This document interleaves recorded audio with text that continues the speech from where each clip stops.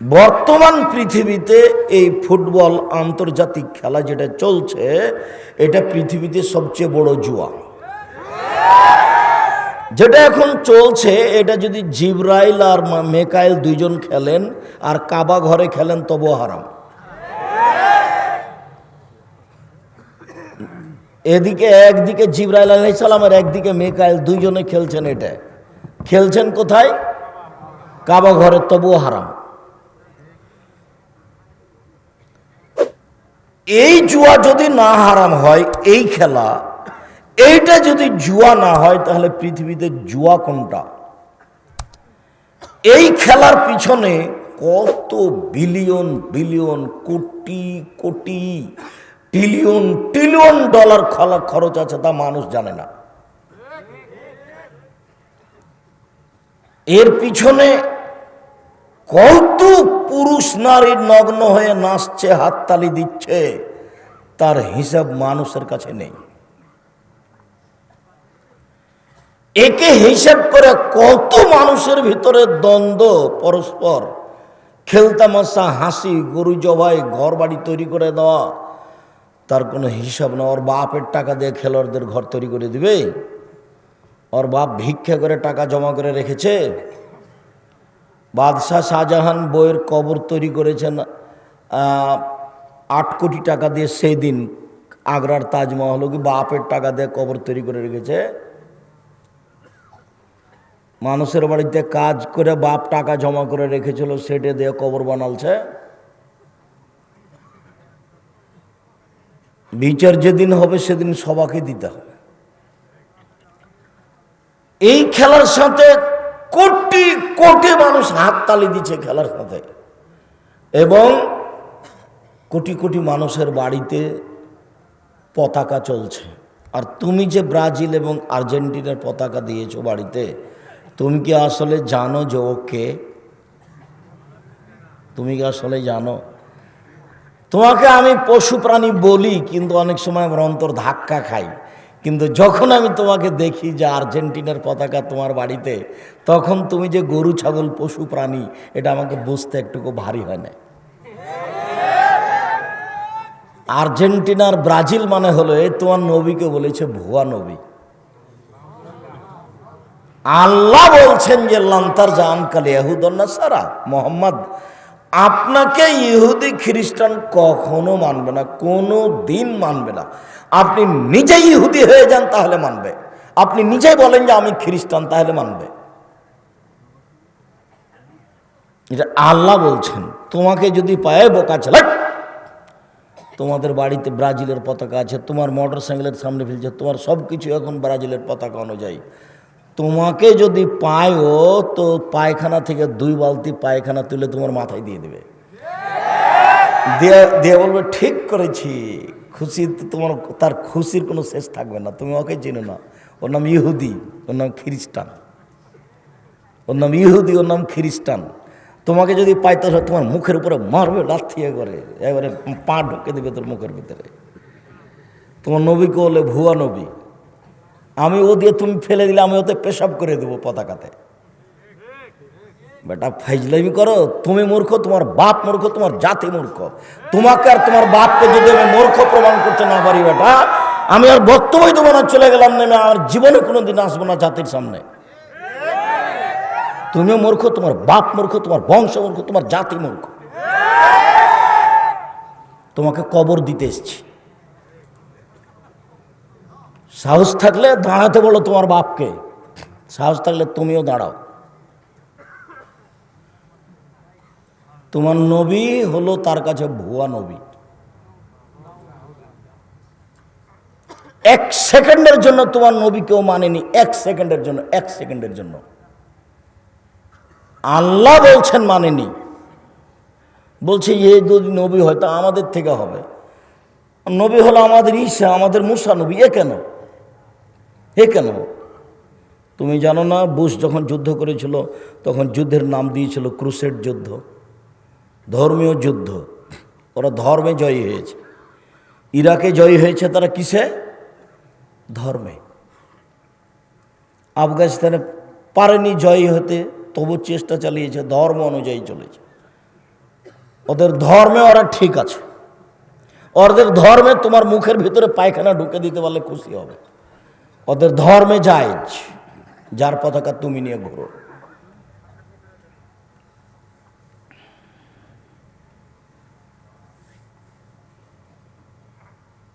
যেখানে আল্লাহ তাআলা মদ এবং জুয়াকে একসাথে উল্লেখ করেছেন, সেখানে আল্লাহর নবী মদের অনেক কথা, অনেক ধরন উল্লেখ করেছেন, কিন্তু জুয়ার কোনো ধরন উল্লেখ করেননি। আর বক্তব্যে আমি দীর্ঘ 32 বছর থেকে একটা কথা বলে আসছি, সেটা হলো এই যে দুনিয়াতে দুটো পাপ আছে, মানুষ না করেই পাপী। তার একটা হলো এই, কেউ যদি বলে যে আসো জুয়া খেলি, খেলেনি, খালি বলেছে আসো খেলি, তাহলে কি করতে হবে? 10 জন ফকিরকে 1.25 কেজি করে চাউল দিতে হবে। জুয়া খেলেনি, খালি কি বলেছে? আসো খেলি। অবাক পাপ, এরকম পাপ দুনিয়াতে নেই। মানুষ জেনা করার পরে পাপী, মানুষ চুরি করার পরে পাপী, রিক্সাওয়ালাকে 1 থাপ্পড় দিয়ে টাকা না দিয়ে বিদায় করার পরে পাপী। আর এ পাপ করেইনি, খালি বলেছে আসো খেলি, তাতেই কাফারা দিতে হবে, 12.5 কেজি চাউল দিতে হবে। কাউকে যদি বলে আসো খেলি, তাহলে কি করতে হবে? 12.5 কেজি চাউল কাফারা দিতে হবে। খেলেনি, তার নাম জুয়া। এই ছেলে, এই মনে রাখো তো, জুয়া কাকে বলে, এটাই মনে থাকবে কিনা। প্রত্যেক যেই খেলাতে টাকার হার জিত আছে, সেটাই হলো জুয়া। মনে থাকবে না? প্রত্যেক যেই খেলাতে টাকার হার জিত আছে, সেটাই হলো জুয়া। সারা পৃথিবীতে যত কাপড় কিনে পতাকা বানিয়েছে, এই কাপড়ের দাম হিসাব করলে কত টাকা হবে বলতে পারো? সারা পৃথিবীতে প্রত্যেকটা জায়গাতে বিশাল বিশাল করে পর্দা করে কাপড় টাঙ্গিয়ে যে দেখছে খেলা, এতে কত খরচ আছে তাও কি হিসাব করতে পারে? এর পিছনে মানুষ কাজকর্ম বন্ধ করে দোকানপাটে গল্প করছে, বদনাম করছে, পক্ষে বলছে, বিপক্ষে বলছে, কাজকর্ম বাদ দিয়ে কত মানুষ পৃথিবীতে এর পিছনে লেগে আছে, কেউ হিসাব করেছে? এইটা যদি খারাপ না হয়, তাহলে খারাপ কোনটা?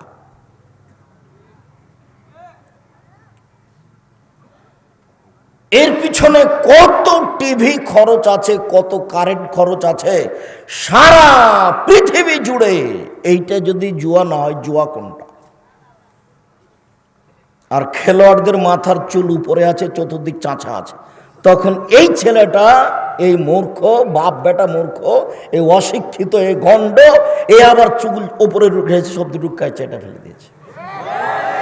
এই তোমার মা নাই? তোমার মা নাই? নিশ্চিত মনে করো এটা তোমার মা নয়, আমি বলছি ওটা তোমার খালা। দেখো, আমি অপরাধী নই, আমি যদি এটা প্রমাণ করতে না পারি, সালাম দিয়ে চলে যাব। তোমার সাথে আমার দুর্বল আচরণ করার কোনো প্রয়োজন নাই। আমি তোমাকে অনেক ভালোবাসি, তোমার বাপকে আমি অনেক ভালোবাসি, আর তুমি আমার ভালোবাসা নিয়ে এখানে এসেছ। আমি তোমার ভালোবাসাকে স্বাগতম জানাই। আমি যেমন নিজের জন্য জাহান্নাম থেকে বাঁচা চাই, জান্নাত পাওয়া চাই, তেমন তোমার জন্য, তোমার বাপের জন্য জাহান্নাম থেকে বাঁচা চাই, জান্নাত পাওয়া চাই। আন্তরিকতার কোনো অভাব নেই, যেটা আমি দিনরাত বলছি। তোমার মাকে যদি আমি তোমার খালা বা তোমার সৎমা প্রমাণ করতে না পারি, তুমি দেখো, যে কথা বলতে যাব সেটা তোমার জানা আছে, যেটা দিনরাত বলছি। জাবের রাদিয়াল্লাহু তাআলা আনহু বলেন, আমরা আল্লাহ রাসূলের সাথে যুদ্ধ করে আসছিলাম, মদিনায় ঢুকবো কাছাকাছি। তো আল্লাহ রাসূল বলেন, এই থামো, সবাই থাকো এখানে, সকালে ঢুকবো। তো আমি জাবের বললাম, আল্লাহর নবী, আমি নতুন বিবাহ করেছি, আমাকে বাড়ি যেতে অনুমতি দেন।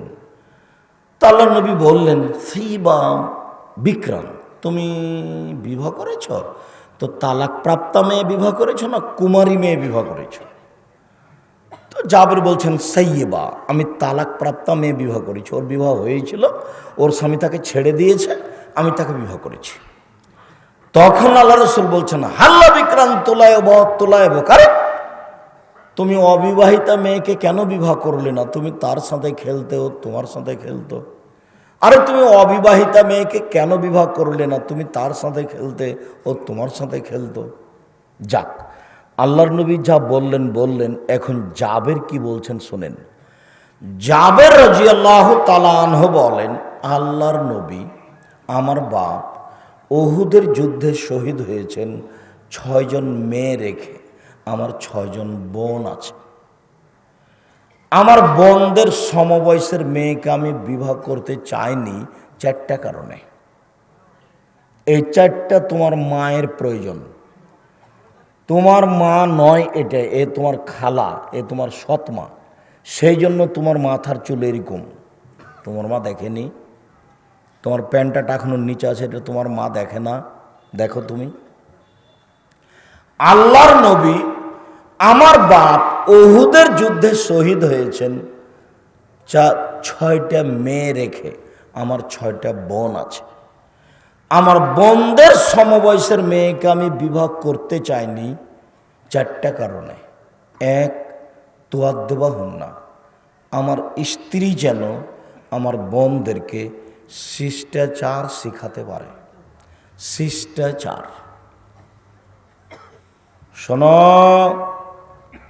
পানি পান করলে ডান হাতে ধরো, বিসমিল্লাহ বলো, 3 শ্বাসে পান করো, পান শেষে আলহামদুলিল্লাহ বলো।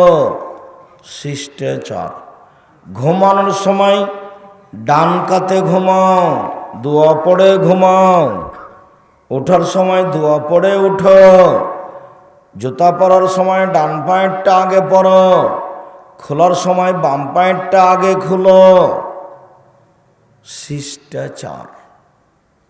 আমার স্ত্রী আমার বোনদেরকে শিষ্টাচার শিখাবে, এই জন্য আমার বোনদের সমবয়সের মেয়েকে আমি বিবাহ করিনি, যাতে করে শিখাতে পারে। 2, তুয়াল্লিমুহুন্না, আমার স্ত্রী যেন আমার বোনদেরকে বিদ্যা দিতে পারে। শোনো,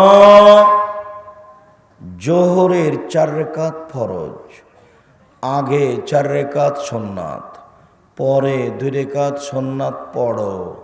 তবে পরে 4 রাকাত পড়লে জাহান্নাম হারাম হয়ে যাবে।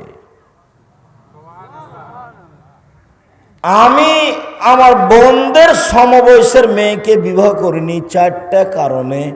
তার 2 নম্বর কারণ হলো আমার স্ত্রী যেন আমার বোনদেরকে শিক্ষা দিতে পারে, বিদ্যা শিক্ষা দিতে পারে। 3, তুরাজ্জলাহুন্না, আমার স্ত্রী যেন আমার বোনদের মাথার চুল চিরুনি করে দিতে পারে, পরিপাটি করে রাখতে পারে, সাজগোজ করে রাখতে পারে, সুন্দর করে যেন আমার বোনদেরকে রাখতে পারে। এই জন্য আমি আমার বোনদের বয়সের মেয়েকে বিবাহ করিনি। 4, ওয়াতাকুমু আলাইহিন্না, আমার স্ত্রী যেন আমার বোনদের উপরে পাহারা দিতে পারে। আমার স্ত্রী আমার বোনদের জন্য পাহারাদার। তোমার মা তোমার জন্য, তোমার বোনের জন্য পাহারাদার। তোমাদের ইনি হলেন পাহারাদার, তোমাদের কারখানাতে পাহারা দেয়। ও যদি তন্দ্রা লাগে, ওকে একটু যদি ঘুমায়, তাহলে তোমার বাপ সকালে তাকে বিদায় করে দেবে। যারে তোকে দিয়ে হবে না, তোকে দিয়ে পাহারা দেওয়া যাবে না, তুই ঘুমাইস। তো তোমার মাকে আল্লাহর নবী বলছেন যে তোমার জন্য আর তোমার বোনের জন্য পাহারাদার।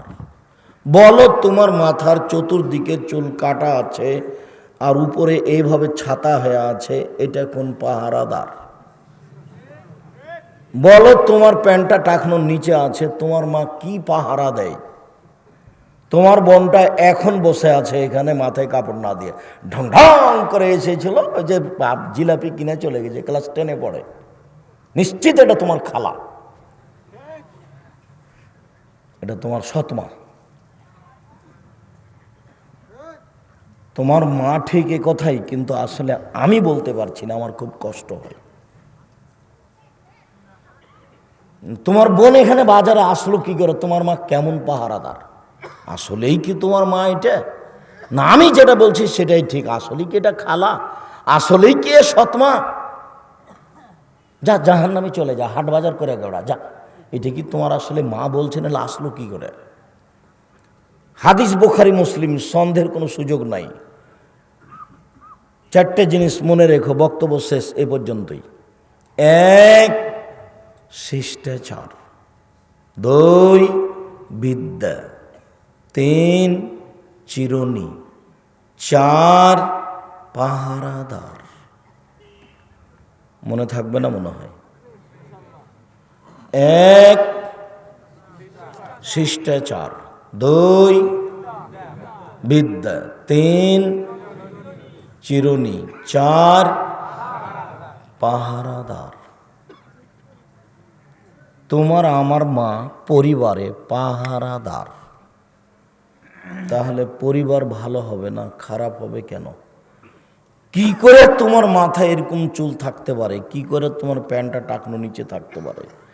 কি করে তুমি সুন্দর দাড়ি চাঁচতে পারো? তোমার হাতে নখ বড় বড় আছে, তুমি নখে মেহেদি লাগাও, এটা কি করে হতে পারে? গরম পানি।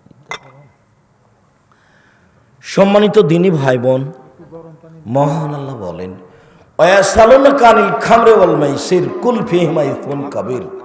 পৃথিবীর মানুষ জিজ্ঞাসা করে মদ সম্পর্কে আর জুয়া সম্পর্কে। আপনি বলেন দুটাতেই মহাপাপ রয়েছে। জুয়া খেলাও মহাপাপ, মদ খাওয়া মহাপাপ। জুয়া খেলাও মহাপাপ, মদ খাওয়া মহাপাপ। একথা আল্লাহ বলেন। আল্লাহ তাআলা বলেন, ইন্নামাল খামরু ওয়াল মাইসির ওয়াল আনসাব ওয়াল আজলাম রিজসুম মিন আমালিশ শায়তান। নিশ্চয় নেশাদার দ্রব্য পান করা, জুয়া খেলায় অংশগ্রহণ করা, মূর্তির আস্তানায় যাওয়া, লটারি ক্রয় করা শয়তানের কাজ। হারাম, একেবারেই হারাম, টোটালি হারাম। আব্দুল্লাহ ইবনে আমর রাদিয়াল্লাহু তাআলা আনহু বলেন, রাসূল সাল্লাল্লাহু আলাইহি ওয়াসাল্লাম বলেছেন, চার শ্রেণীর মানুষ জান্নাতে যাবে না। চার শ্রেণীর মানুষ জান্নাতে যাবে না। এক, আকুন, বাপ মাকে মানে না যে। দুই, কাম্মার, জুয়া খেলে যে। তিন, খোটা দেয় যে। চার, নিয়মিত বিড়ি, তামাক, জর্দা, সিগারেট, গুল, নেশাদার দ্রব্য খায়, পান করে যে। এই চার শ্রেণীর মানুষ জান্নাতে যাবে না। জুয়া কোনটা? এক, বাপ মাকে মানে না যে। দুই, জুয়া খেলে যে। তিন, খোটা দেয় যে। চার, নিয়মিত বিড়ি, তামাক, জর্দা, সিগারেট, গুল, নেশাদার দ্রব্য খায়, পান করে যে। এই চার শ্রেণীর মানুষ জান্নাতে যাবে না। জুয়া কোনটা? কোনটার নাম জুয়া? যেটা আল্লাহ বললেন, যেটা নবী বললেন, সেইটা কোনটা? জুয়া কোনটা? প্রত্যেক যেই খেলাতে টাকার হার জিত রয়েছে সেটাই হলো জুয়া। কুল্লু লাহবিন ইয়ালহুবি রাজুল ফাহুয়া বাতিল। সব খেলাই না যায়, সব খেলাই হারাম। তবে এক, রামিয়া হবে কৌশে, তীর নিয়ে খেলা। তীর নিয়ে মানে যুদ্ধের জন্য প্রস্তুতি নেওয়া, এইটা খেলা যায়। ও তাদিবাহুবে এমরাতেহি, স্ত্রীর সাথে খেলা, যুদ্ধের প্রশিক্ষণ নেওয়া, এই তিনটা খেলা যায়। এছাড়া পৃথিবীতে সব খেলাকে আল্লাহর নবী বাতিল বললেন, না যায়, হারাম বললেন। তিনি নিজে তার স্ত্রীর সাথে খেলায় প্রতিযোগিতায় নেমেছেন। একদিন স্ত্রীর সাথে দৌড়ালেন, তাতে আয়েশা হয়ে গেলেন জয়ী আর তিনি হলেন পরাজয়ী। আরেকদিন অনেকদিন পরে দৌড়ালেন, তখন আয়েশা রাদিয়াল্লাহু তাআলা আনহা হলেন পরাজয় আর মুহাম্মদ সাল্লাল্লাহু আলাইহি সাল্লাম হয়ে গেলেন জয়ী। প্রতিযোগিতা।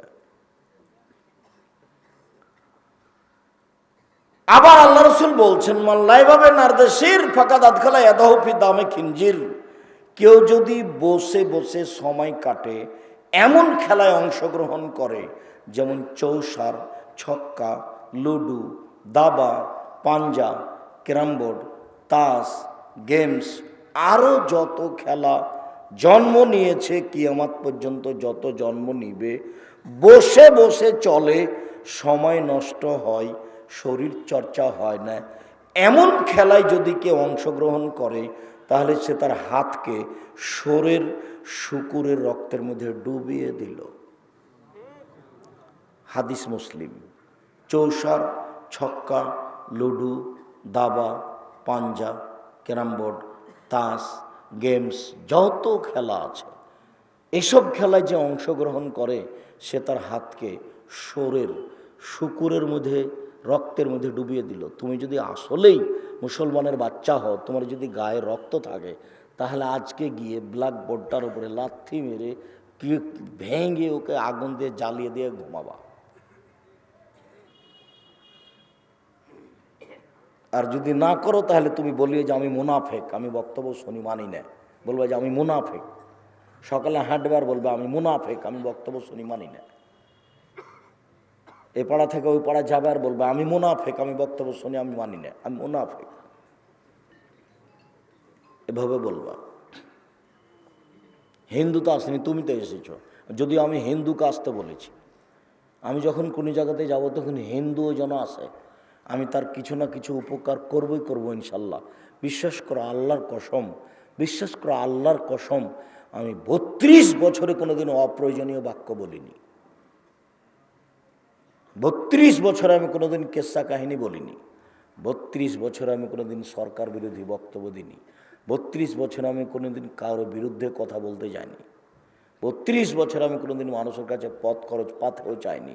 32 বছর আমি কোনোদিন নিজের পরিচয় দিইনি। আমাকে যখন চাপ দিয়ে বলেছে যে বিজ্ঞাপন পোস্টারে কি লিখবো, তখন আমি বলেছি আমার নাম আব্দুর রাজ্জাক আর আমার বাপের নাম ইউসুফ, বাপ বেটা মিলে আব্দুর রাজ্জাক বিন ইউসুফ।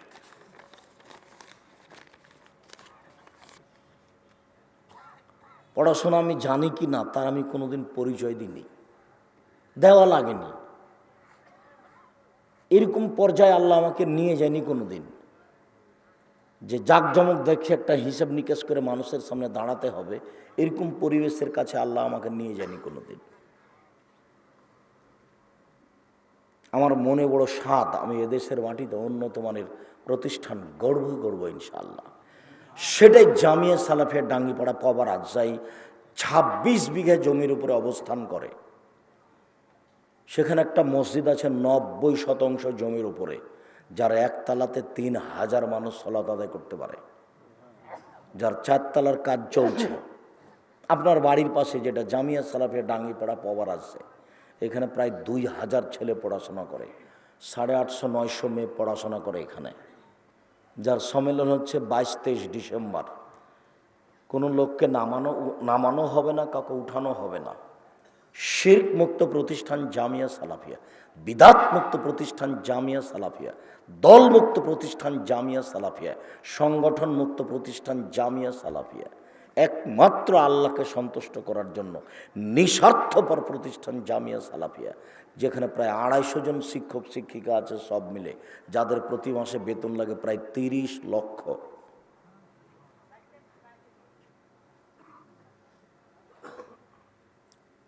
আপনাকে আমি এর জন্য দোয়া করতে বলেছি। আমি বলেছি আল্লাহ, আপনি বলবেন আল্লাহ এটা কবুল করো, জামিয়া সালাফিয়া কবুল করো। বাকি এদেশের প্রায় সব বড় বড় জেলায় জামিয়া সালাফিয়া খুলবো বলে আশা করছি ইনশাআল্লাহ, সময়ের ব্যবধান। জামিয়া সালাফিয়া ডাঙ্গিপাড়া পবা রাজশাহী, জামিয়া সালাফিয়া রূপগঞ্জ নারায়ণগঞ্জ ঢাকা, যেটা 51 বিঘা জমির ওপর অবস্থান করে। জামিয়া সালাফি তেঘরা বিরল দিনাজপুর, প্রায় 18 থেকে 20 বিঘা জমির উপর অবস্থান করে। জামিয়া সালাফের 6 মাইল বাবুগঞ্জ বরিশাল, এগুলো চলমান প্রতিষ্ঠান। আরও ফরিদপুর, নোয়াখালী, বিভিন্ন জেলা, চট্টগ্রাম, এসব ডিস্ট্রিক্টে করব বলে সময় কাটাচ্ছি ইনশাআল্লাহ। জমিও প্রায় রেডি।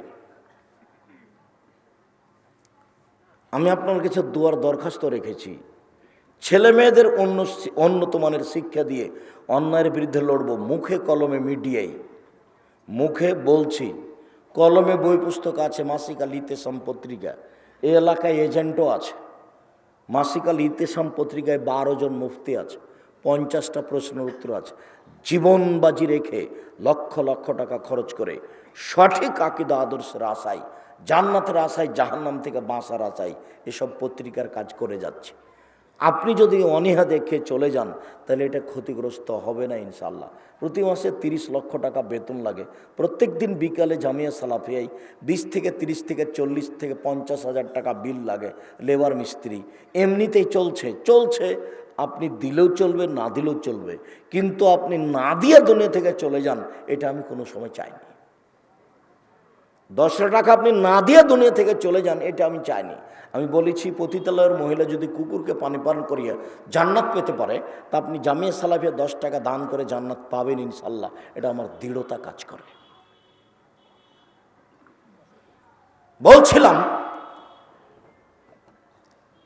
আবু মুসা আশআরী রাদিয়াল্লাহু তাআলা আনহু বলেন, রাসূল সাল্লাল্লাহু আলাইহি সাল্লাম বলেছেন, লা ইয়াকুনা মিন বাদি আকম ইস্তাহিলুনাল হিরা আল হারিরা আল খামরা আল মাযিব। অচিরে আমার উম্মত জেনাকে হালাল মনে করবে, অচিরে আমার উম্মত রেশমি কাপড়কে হালাল মনে করবে, অচিরে আমার উম্মত গান বাজনা বাদ্যযন্ত্রকে হালাল মনে করবে, অচিরে আমার উম্মত মদ নেশাদার দ্রব্য পান করাকে হালাল মনে করবে। আবু মুসা আশআরী রাদিয়াল্লাহু তাআলা আনহু বলেন, রাসূল সাল্লাল্লাহু আলাইহি ওয়াসাল্লাম বলেছেন, লা ইয়াশরাবানা নাসুন মিন উম্মতি ওয়া ইসমুনা বিগাইরি ইসমিহা। আমার উম্মত মদ খাবে, নাম দিবে না। এই চালাক, ওই যে বাচ্চাটা আপনার পাশ থেকে উঠছে, ও তো কথা বুঝতে পারবে না, তাকে কিছুক্ষণ থামতে বলেন। আমরা অল্প সময় আলোচনা শেষ করব। আমরা তো এসেছি অনেক পরে, কাজে আপনি ধৈর্যের পরিচয় দিবেন। আপনার ধৈর্যের দাম আছে। ধৈর্যকে আপনি মনে করেন এটা ঘোড়ার ডিম। এটা আল্লাহ কোরআন মাজিদের শত জায়গাতে আপনাকে ধৈর্য ধারণ করার জন্য বলছেন। কাজে আপনাকে ধৈর্যের পরিচয় দিতে হবে। আর আমি আপনার জন্য এসেছি, আর এই সময়টা বের করতে অনেক কষ্ট হয়েছে। নইলে আপনি চেষ্টা করে একটা সময় বের করে দেখেন কত কষ্ট হয়। একদিন প্রোগ্রাম ঠিক করার জন্য গিয়ে দেখেন 6 মাস, 1 বছর, 2 বছর, 3 বছর লাগবে একটা প্রোগ্রাম ঠিক করতে। এরপরে আমি আপনাকে ভালোবাসি, আপনার সাথে আমার অনেক আন্তরিকতা আছে। আপনি আমার দ্বীনি ভাই, আপনি আমার দ্বীনি বোন। রাসূল সাল্লাল্লাহু আলাইহি সাল্লাম বলেন, আমার উম্মত মদ খাবে, নাম দিবে অন্য। ওয়া ইউজাফ আলা রুউসিহিম বিল মাযিব আল মুগান্নিয়াত। নেতাদের সম্মান করা হবে গায়িকা দিয়ে, বাদ্যযন্ত্র দিয়ে। অবাক, নেতাদের সম্মান করা হবে গায়িকা দিয়ে, বাদ্যযন্ত্র দিয়ে। ওয়াকসাফা বিহিমুল্লাহুল আরজা। এদের উপরে ভূমিকম্প হবে। ওয়াইজাল মিনহুমুল কিরদাতাল খানাজির। এরা হয়ে যাবে বানর, এরা হয়ে যাবে শোর, এরা হয়ে যাবে বানর, এরা হয়ে যাবে শোর। আমার উম্মতের উপরে 4টে বিপদ নেমে আসবে, 3টে বিপদ নেমে আসবে 3টে পাপের কারণে। আমার উম্মতের উপরে 3টে বিপদ নেমে আসবে 3টে পাপের কারণে।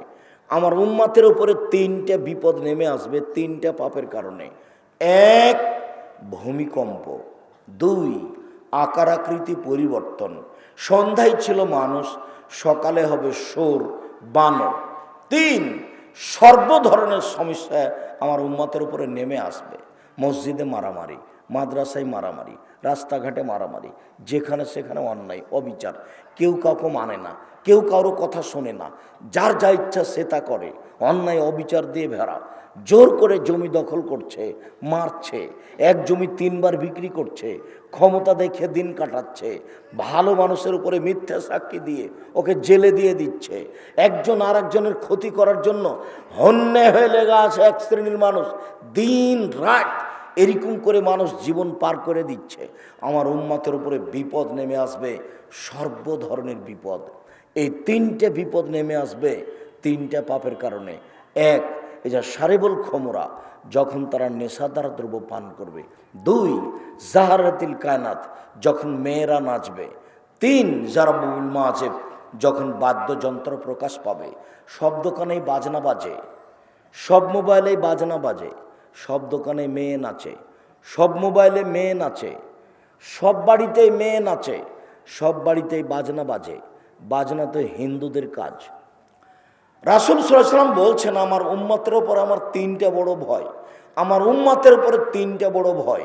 এক, আইম্মাতাম মুজাল্লিন, আমার উম্মত আলেম ওলামা ভ্রান্ত হয়ে যাবে, আলেম ওলামা ভুল পথে চলবে, এটা আমার ভয়, এক নাম্বার। দুই, সাতালতাহেকু কাবাইলু মিন উম্মতি বিল মুশরিকিন, আমার উম্মত হিন্দুদের সাথে মিশে যাবে। গান বাজনা ওদের কাজ, বাদ্যযন্ত্র তাদের কাজ। এক সময়ে হিন্দুদের বাড়িতে বাজনা বাজতো, সবাই সেদিকে ছুটে যেত। এখন সব মোবাইলই বাজনা বাজে, সব দোকানে বাজনা বাজে, সব দোকানে মেয়ে নাচে, সব বাড়িতে মেয়ে নাচে, সব দোকানে বাজনা বাজে। আল্লাহ তাআলা বলেন, বুঝে না ওরা অন্তর আছে, বোঝে না, দেখেও দেখে না ওরা চক্ষু আছে, দেখে না, শোনেও শোনে না ওরা কান আছে, শোনে না। উলাইকা কালানাম, তারা পশু প্রাণীর মতো, তারা গরু ছাগলের মতো, তারা কুকুর স্ত্রীর মতো, বালুমাজাল বরং তার চেয়ে খারাপ। এই ছেলে শোনো, তোমাদের বাড়িতে একটা বড় টিভি আছে, তো টিভি যখন চলে তখন তুমি থাকো, তোমার মা থাকে, তোমার বোন থাকে, তোমার দোলাভাই থাকে, তোমার চাচি থাকে, তোমার চাচা থাকে, আর ল্যাংটা মেয়ে চলে আসে তোমাদের সামনে। তোমাদের কাউকে একটু কেমন কিছু মনে হয় না? বলো তো, এগুলো পশু প্রাণী না মানুষ? মানুষ যদি ইন্নালিল্লাহ, ছি ছি ছি ছি, যে ল্যাংটা মেয়ে, এই বন্ধ করো বন্ধ করো, এটা বন্ধ করো, এটা খারাপ লাগতো। এখানে মেয়ে আছে, এখানে জামাই আছে।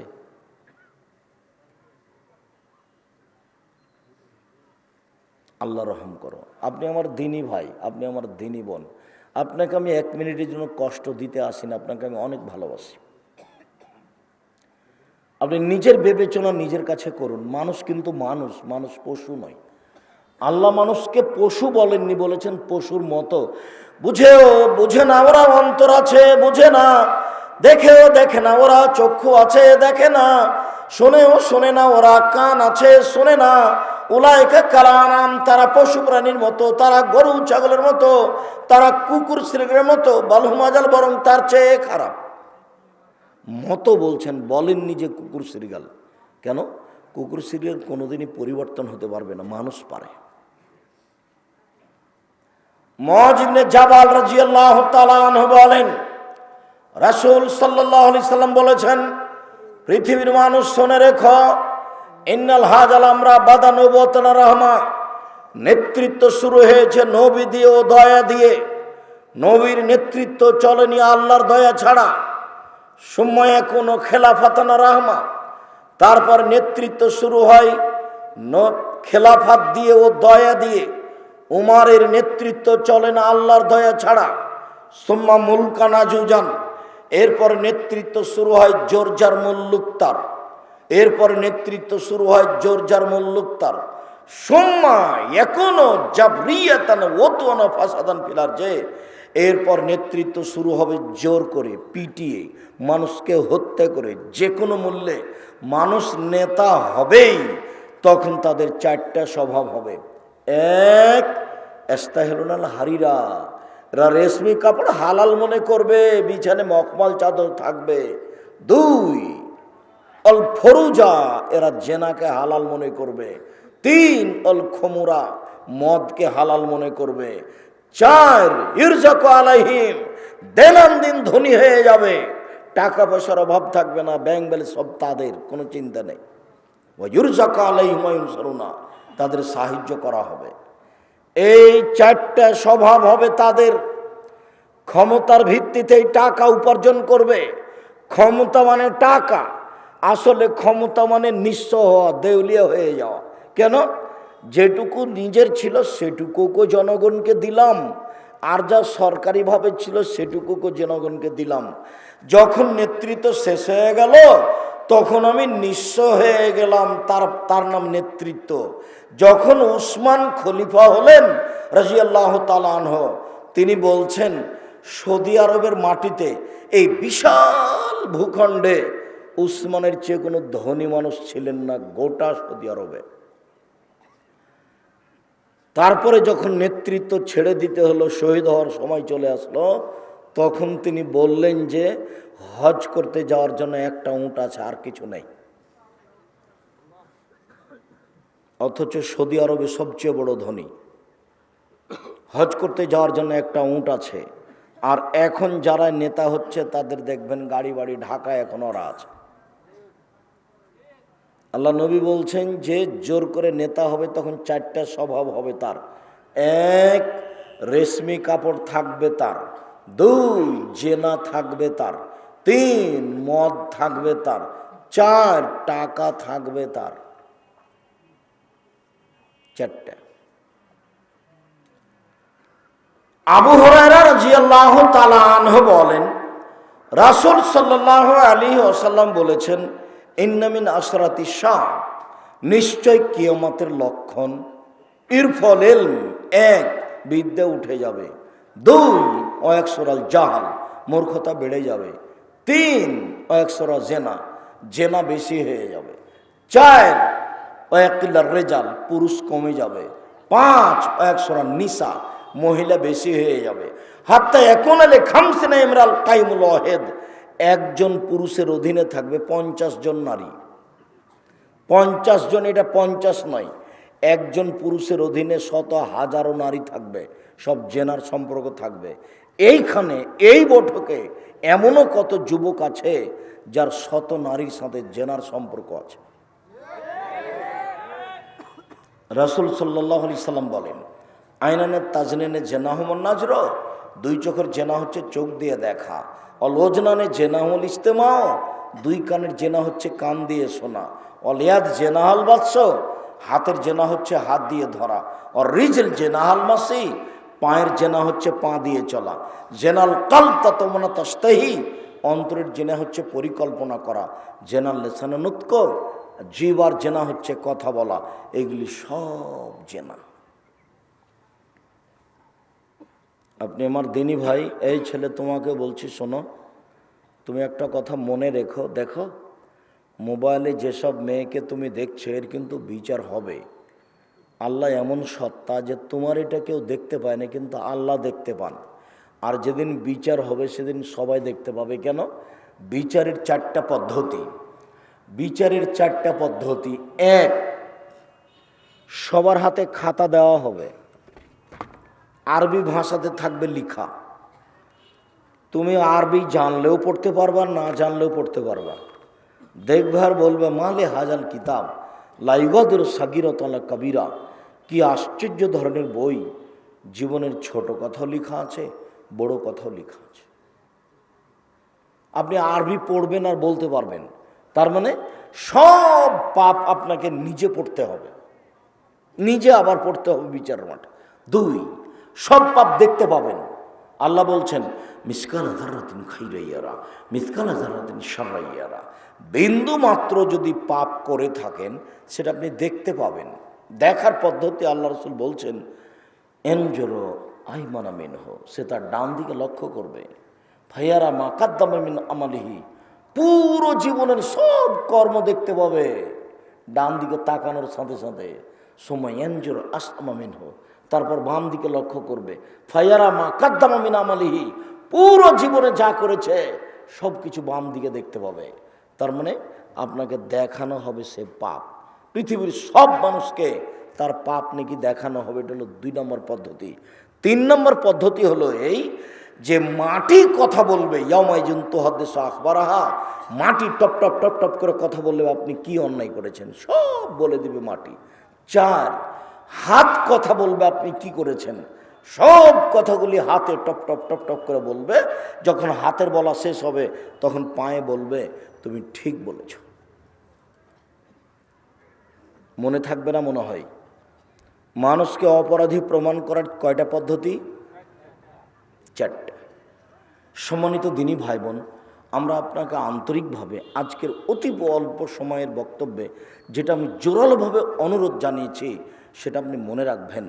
আমার নাসিহাতে 4টা কথা মনে রাখেন। 1, 5 ওয়াক্ত সালাত, কোনোদিন 5 ওয়াক্ত সালাত থেকে দূরে থাকিয়েন না। 2, হালাল রুজি, যেভাবেই হোক, চকলেট বিক্রি করা হোক, কাপড় বিক্রি করা হোক, দিন মজুরি করা হোক, হালাল রুজি।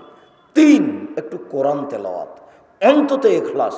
প্রত্যেক দিন সকালে বা বিকালে সূরা ইখলাস 3 বার পড়বেন অন্তত, দিয়ে নিজেকে বলবেন যে আমি কোরআন মাজিদ পড়ি। আর যদি নিয়মিত কোরআন মাজিদ পড়তে পারেন ভালো, পড়েন। সূরা বাকারা যদি পড়তে পারেন তাহলে সূরা বাকারা আপনার পক্ষে বিচারের মাঠে তুমুল যুদ্ধ করবে, খুব তর্ক বিতর্ক লাগিয়ে দিবে আল্লাহর সাথে আপনার পক্ষে আপনাকে জান্নাতে নিয়ে যাওয়ার জন্য।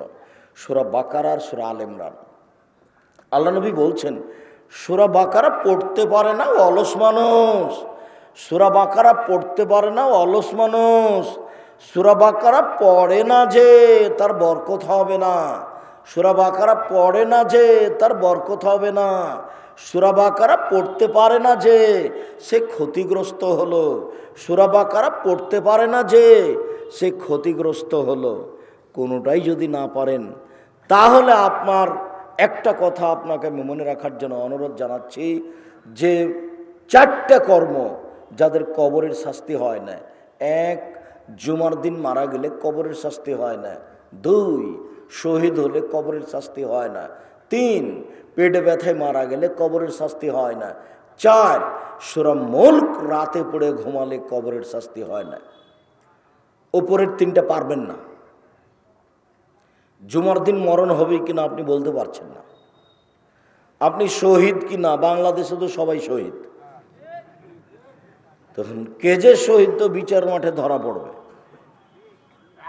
3, পেট ব্যথায় মারা গেলাম, পেট ব্যথায় আমি মারা গেলাম কি না এটা যে কোন ব্যথা তা তো আমি নিশ্চিত বলতে পারছি না। থাকলো সূরা মুলক। সূরা মুলকের 2টা সুবিধা, একটা হলো কবরের শাস্তি হবে না, বন্ধ। আর আরেকটা হলো বিচারের মাঠে যতক্ষণ পর্যন্ত ক্ষমা না হবে ততক্ষণ পর্যন্ত সূরা মুলক আপনার পাশ থেকে যাবে না। সূরা বাকারা কতক্ষণ থাকবে তা বলা যায় না, তবে সূরা বাকারা খুব তুমুল ঝগড়া করবে আল্লাহর সাথে, চলে যাবে না কি এক সময়, না শেষ পর্যন্ত থাকবে, এই কথা মুহাম্মদ সাল্লাল্লাহু আলাইহি ওয়াসাল্লাম বলেননি। তবে মুহাম্মদ সাল্লাল্লাহু আলাইহি ওয়াসাল্লাম বলেছেন সূরা মুলক ক্ষমা না হওয়া পর্যন্ত যাবে না। যেমনটা তিনি বলেছেন ছোট ছোট বাচ্চা মারা গেলে, ছেলে মেয়ে মারা গেলে যতক্ষণ পর্যন্ত বাপ মায়ের ক্ষমা না হয়েছে ততক্ষণ পর্যন্ত ওই ছেলে মেয়ে ছাড়বে না। যার জন্য বলি যে 1টা 2টা ছেলে মেয়ে নিলে হবে, 2টা ছেলে মেয়ে নিয়েছেন তো কয়টা মরবে আর কয়টা থাকবে? 10-12টা ছেলে মেয়ে হলে 2-1টা মারা যাবে, 5-7টা থাকবে। যেমন আপনারা 10-12 ভাই বোন, 2-3 জন মারা গেছে, 5-7 জন আছেন। বেশি ছেলে মেয়ের অনেক সুবিধে, ছেলেই মাত্র 1টা, ছেলেই মাত্র 2টা, তো কয়টা মরবে আর কয়টা থাকবে? বড় ভুল এগুলো। ছেলে মেয়ে বেশি নেন, রুজি বেশি হবে, বিচারের মাঠে সফলতা অর্জন করতে পারবেন। সম্মানিত দিনী ভাই বোন, আমি আপনাকে অনুরোধ জানাচ্ছিলাম যে 4টা নসিহতের 4 নম্বর হলেই দোকানে বসে আড্ডা পিটবেন না। যেখানে 2 জন বসে আছে সেখানে বসবেন না। এখানে 2 জন বসে কথা বলছে, আপনি ওখানে যাবেন না। যদি যেতেও হয় জরুরি কারণে তাহলে দাঁড়িয়ে দাঁড়িয়ে কথা শেষ করে চলে যাবেন। আড্ডা পিটবেন না কোনো সময় 1 মিনিটের জন্য। কখন যে কোন কথা বলে ফেলবেন যার কারণে তাহাজ্জুদ আর টিকতে পারবে না, হজ করে আর আপনি টিকতে পারবেন না। কাজেই আপনি ওই জায়গাতে বসবেন না। 4টা কথা: 1, 5 ওয়াক্ত সালাত; 2, হালাল রুজি; 3, কোরআন তেলাওয়াত; 4, 2 জন যেখানে বসে আছে সেখানে না বসা, আড্ডা না পিটা। এটা মনে থাকবে না মনে হয়? আপনি চেষ্টা করেন, আপনি সফল হতে পারবেন ইনশাআল্লাহ।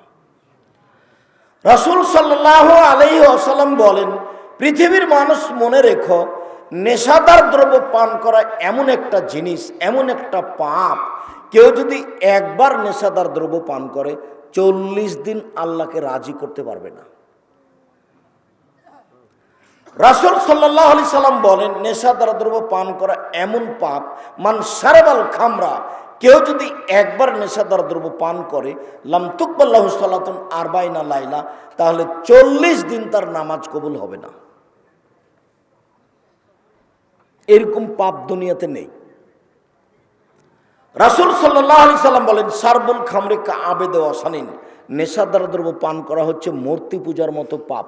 সরস্বতী, ভগবতী, কালী, দুর্গা এদের পূজা করলে যেমন পাপ হয়, নেশাদার দ্রব্য পান করলে তেমন পাপ হয়। রাসূল সাল্লাল্লাহু আলাইহি সাল্লাম বলছে, কোনো পাপকে এভাবে মিলানো নেই। চুরি হোক, জেনা হোক, ডাকাতি হোক, সুদ হোক, ঘুষ হোক, কোনো পাপকে এইভাবে উল্লেখ করা হয়নি যেটা নেশাদার দ্রব্যকে বলা হয়েছে। রাসূল সাল্লাল্লাহু আলাইহি ওয়াসাল্লাম বলেন, পৃথিবীর মানুষ শুনে রেখো, 3 শ্রেণীর মানুষ জান্নাতে যাবে না। এক, মধুমূলন খামর, যারা নিয়মিত বিড়ি, তামাক, জর্দা, সিগারেট, গুল, নেশাদার দ্রব্য খায়, পান করে, তারা জান্নাতে যাবে না। 2, ও রাজলাতু মিনান নিসায়, পুরুষের বেশধারী নারী জান্নাতে যাবে না। যারা পুরুষের জুতা স্যান্ডেল পরে, যারা পুরুষের শার্ট প্যান্ট পরে, যারা পুরুষের পোশাক পরে, যারা গেঞ্জি গায়ে দিয়ে চলে, ওরা জান্নাতে যাবে না। 3, ও দায়ুস আল্লাযী ইকরু ফি আলাল খাবাসা, যে তার বাড়িতে বেহায়াইর সুযোগ দিয়েছে, ও জান্নাতে যাবে না। রাসূল সাল্লাল্লাহু আলাইহি ওয়াসাল্লাম বলেন, 3 শ্রেণীর মানুষ জান্নাতে যাবে না। 1, আক্কুন, বাপ মাকে মানে না যে। 2, মধুমূলুল খামরে, নেশাদার দ্রব্য পান করে যে। 3, মুকাদ্দিবুল বিল কাদারে, ভাগ্যকে অস্বীকার করে যে ভাগ্যকে অস্বীকার করে সে জান্নাতে যাবে না। রাসূল সাল্লাল্লাহু আলাইহি সাল্লাম বলেন, 3 শ্রেণীর মানুষ জান্নাতে যাবে না। 1, আক্কুন, বাপ মাকে মানে না যে। 2, মদ খায় যে। 3, মুসাদ্দিকুন বিসসিহরি, জাদুকে বিশ্বাস করে যে।